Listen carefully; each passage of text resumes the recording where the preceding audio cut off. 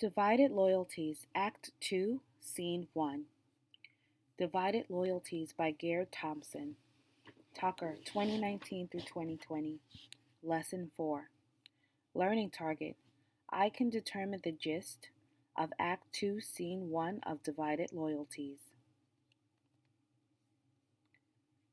Tensions are running high in the Barton household. Mary and Robert continue to support the British Crown, while William hopes the family will see the Patriot side. On July 4, 1776, the colonies declared independence from Britain. The colonies are now officially at war with the mother country. Large regiments of British soldiers are stationed near Burlington to keep order in the town. I still cannot believe that the rebels have arrested the governor. Imagine a leader forced from office by a mob. These are hard times. Have you ever heard of anything? Have you heard anything more from your brother, Mary? No, I haven't. His wife writes that when the governor was arrested, she and my brother fled to New York. She feels safe there. She suggests we think about going there too. Loyalists there are free to say what they want.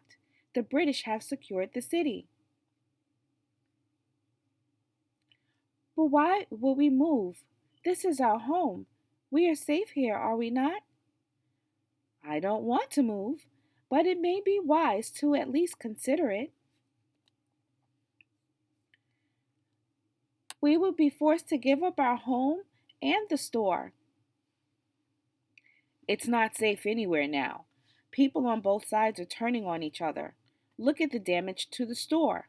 They smashed the windows and turned over the barrels of pickles. And the farmers refused to sell produce to father. Those men had no right to damage our store. Our family has been nothing but kind to the people in this town. That's true. People are not thinking straight. I don't see how the rebels can defect the British army. In the meantime, we'll just have to go about our business. There is no use worrying about something that hasn't even happened yet. General Washington is leading the Continental Army, Father. He's a fine leader. Well, he may be a fine leader, but he has not won any battles. Those rebels, patriots, have no navy, and their army needs guns and supplies. They don't stand a chance. I don't know about that, Father. The Patriots are a pretty determined bunch, and they're determined to govern themselves. Have you read Common Sense? Tom and Paine explains that Great Britain will continue to tax us until we have nothing less. Freedom will cost us, but we will be free. Thomas Paine is nothing more than a troublemaker. People should have the common sense not to read his pamphlets. I've heard much about the firebrand patriots, Samuel Adams and Patrick Henry and that fellow Thomas Paine. Paine couldn't keep a job in England, so he came over here to stir up trouble. Speeches and pamphlets are fine, William, but soldiers win a war. Washington's ragtag band can never defeat the British. You may be right, Father, but I think they're going to try. Most of our neighbors are joining the Patriot cause, Father. Women are knitting socks and scarves for the Continental Army. How can we not help? Why are we loyal to a country that is so far away? Abigail Barton, what are you thinking? Your grandparents live in London, not Boston. We are British subjects. I know. I know that, but many of the patriots are our neighbor and friends. We can't hide our heads in the sand, Mother. We have to stand up and speak out for what we believe in. I am standing up for what I believe in, William. Your father and I believe in supporting the king. Your mother is right, William. I cannot take an oath for the new government. Some may have declared themselves independent, but I have not. I think you're making a terrible mistake. Obviously, many others think so too. We've raised you to speak your mind, William.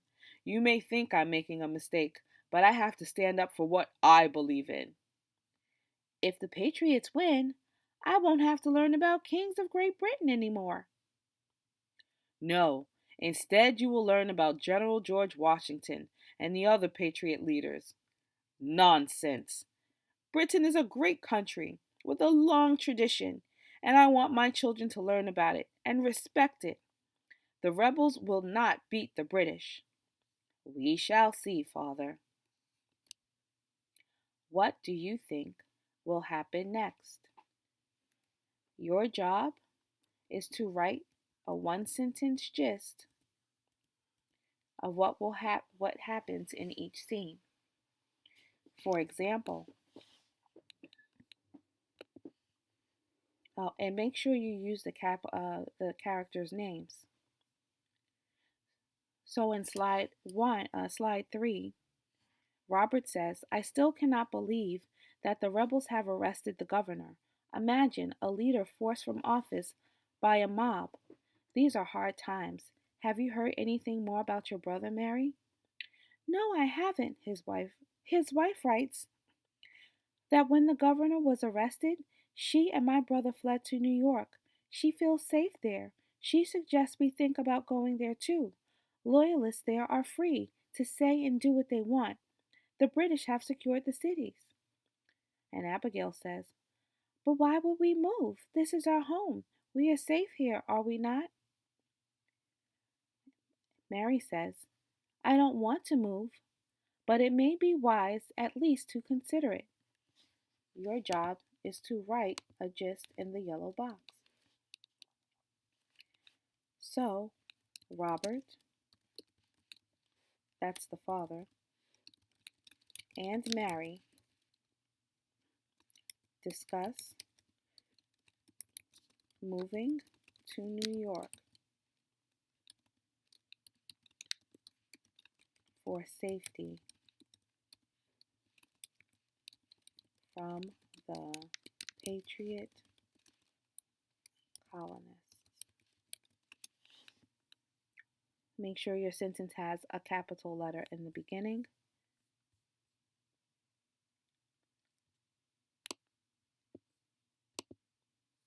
Be sure that your sentence has a capital letter in the beginning. I'll make this a little bit bigger. And all of this space is for your gist. So my sentence has a capital letter in the beginning and the characters' names are capitalized. The state of New York is capitalized and there's a period at the end. There's a subject, Robert and Mary, and there's a predicate. They discuss moving. So Robert and Mary discuss moving to New York for safety from the Patriot colonists. Be sure to write a one-sentence gist for slides 4